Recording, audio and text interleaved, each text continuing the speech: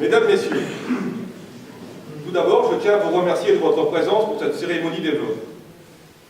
L'actualité nationale de ces dernières semaines a montré, s'il était nécessaire de le rappeler, l'urgence démocratique de conforter le service public et donc l'organisation décentralisée de notre pays.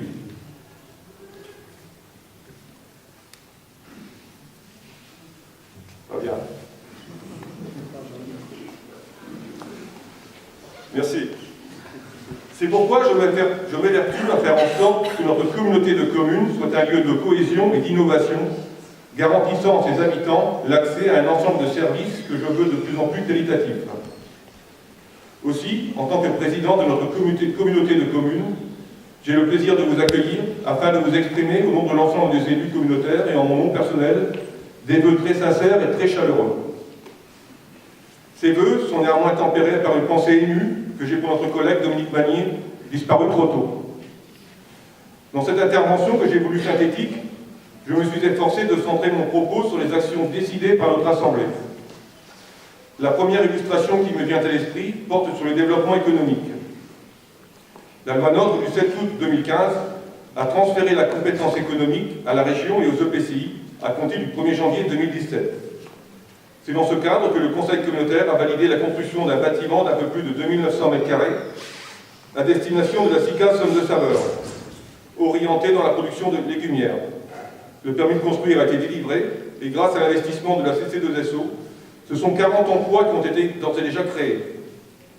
De la même façon, la communauté de communes s'est engagée à réaliser un bâtiment de 4000 m² pour Picardia, complexe de loisirs orienté réalité augmentée.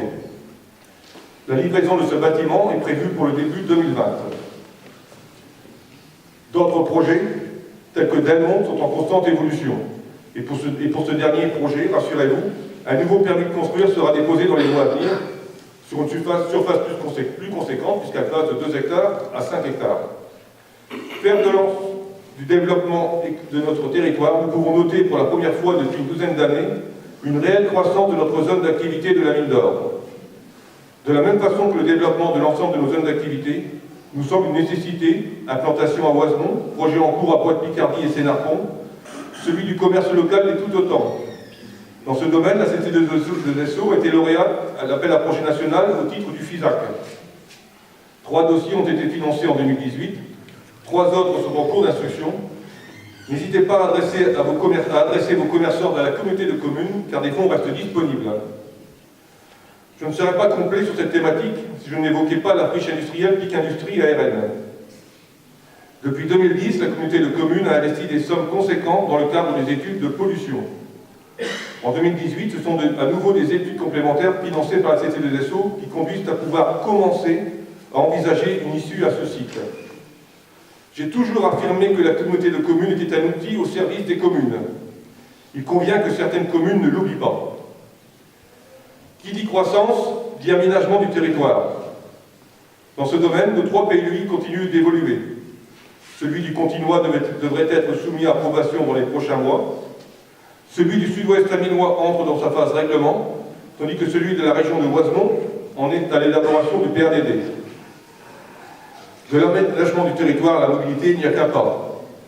En lien avec le pôle métropolitain et l'ADUGA, nous avons élaboré le premier plan de mobilité rurale de la région des Hauts-de-France et le 3e au niveau national. Ce document sera le fil rouge du développement de la mobilité pour les années à venir. Enfin, toujours dans ce domaine de la mobilité, la région nous a octroyé la compétence transport scolaire sur les territoires du Continois et de la région de Oisemont. Ainsi, dès la prochaine rentrée scolaire, la CC2SO assurera le transport des élèves de l'ensemble de son territoire et offrira simultanément un transport à la demande couvrant ce même territoire. Sans transition, ce sujet me permet d'aborder la thématique scolaire.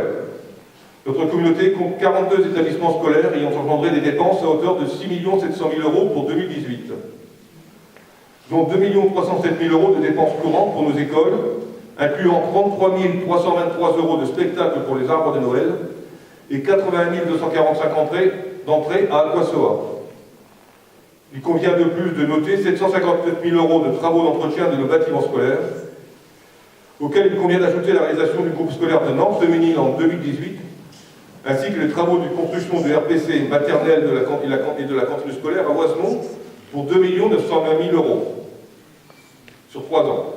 Le solde représente les dépenses de personnel pour 3 662 000 €. Aborder le scolaire sans traiter de la politique jeunesse serait sans nul doute une erreur. Là encore, notre communauté de communes s'est donné les moyens de ses ambitions. Les accueils collectifs de mineurs au centre de loisirs ont vu sur la période estivale leur durée augmenter de 2 semaines, en août notamment. Qui plus est, compte tenu du passage de la semaine des 4 jours, les accueils ont été mis en place en journée complète le mercredi. Si le succès de cette dernière action reste mitigé, nous en tirerons les conséquences au terme de cette année scolaire. Un élément non négligeable se trouve être le financement du secteur associatif. Vous avez, et je vous en remercie, accepté qu'une part de la fiscalité éolienne, perçue par la CC2SO et les communes, soit 80 000 €, soit destinée au financement du secteur associatif. Nous avons mis en place des règles, des réponses à des appels à projets.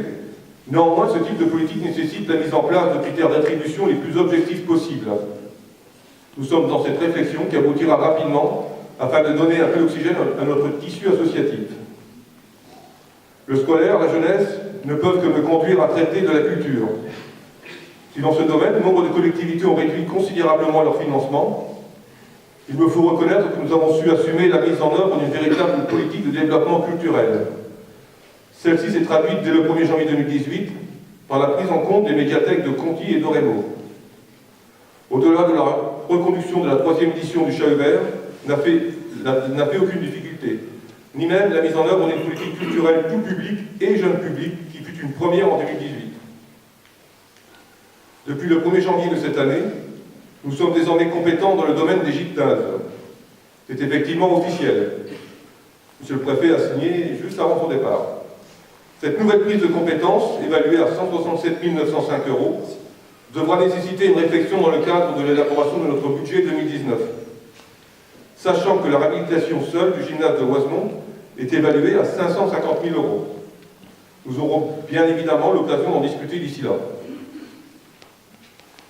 Nouvelle compétence, disons-nous, n'oublions pas l'intégration dans le courant de cette année 2018 du centre social dit communément de Beaucamp-Vieux, mais qui est désormais communautaire.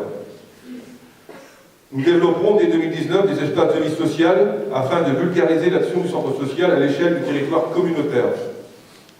De même, il va sans dire que l'action sociale de notre communauté de communes se poursuit d'une manière remarquable. Outre les actions relatives au maintien à domicile de la personne âgée et à l'investissement de tous nos auxiliaires de vie, aux interactions avec les services de soins infirmiers à domicile dans le cadre du SPATAD, je ne peux d'ailleurs que regretter que le territoire du SIAD d'Ornois-le-Bourg n'ait pas intégré l'action communautaire du maintien à domicile de la personne âgée. Soulignons néanmoins les actions menées par le SAVD dans le domaine de l'électronisme, un terme que j'ai découvert ce matin, terme savant qui vise à la résorption de la fracture numérique, en lien avec nos services civiques. Là encore, nous sommes à la pointe de la technologie, et bon nombre de PCI sollicitent notre expérience pour s'en inspirer. Enfin, il m'appartient de vous faire savoir que la CC2SO a été lauréate d'un appel à projet visant à mettre en œuvre un projet alimentaire territorial. Ce projet est en cours d'élaboration avec la Chambre d'agriculture.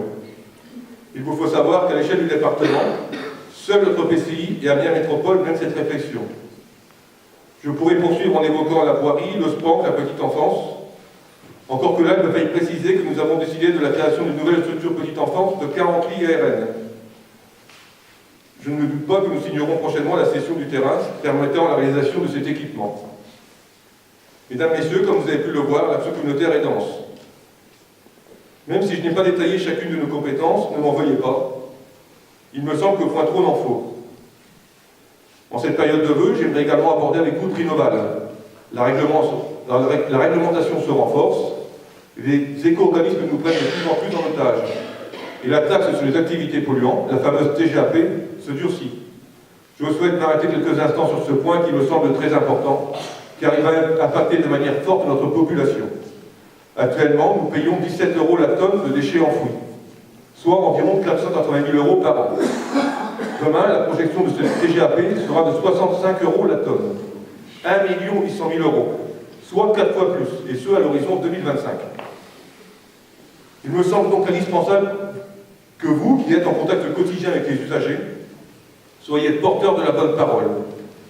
Toujours mieux trier, c'est moins d'enfouissement, donc moins de TGAP, et par conséquent une plus grande maîtrise de la redevance. Joseph, Christophe, que j'ai aperçu tout à l'heure, et moi comptons sur vous pour prêcher la bonne parole. D'accord, Joseph?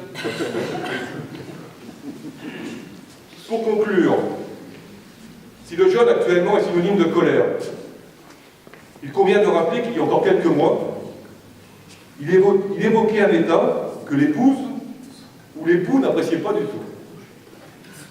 Eh bien, quand je vois la tournure des événements, les tentatives de récupération de certains, souvent situés aux extrêmes, j'espère que le monde rural, à l'origine de ce mouvement, ne soit pas une nouvelle fois le cocu de la République des bobos parisiens.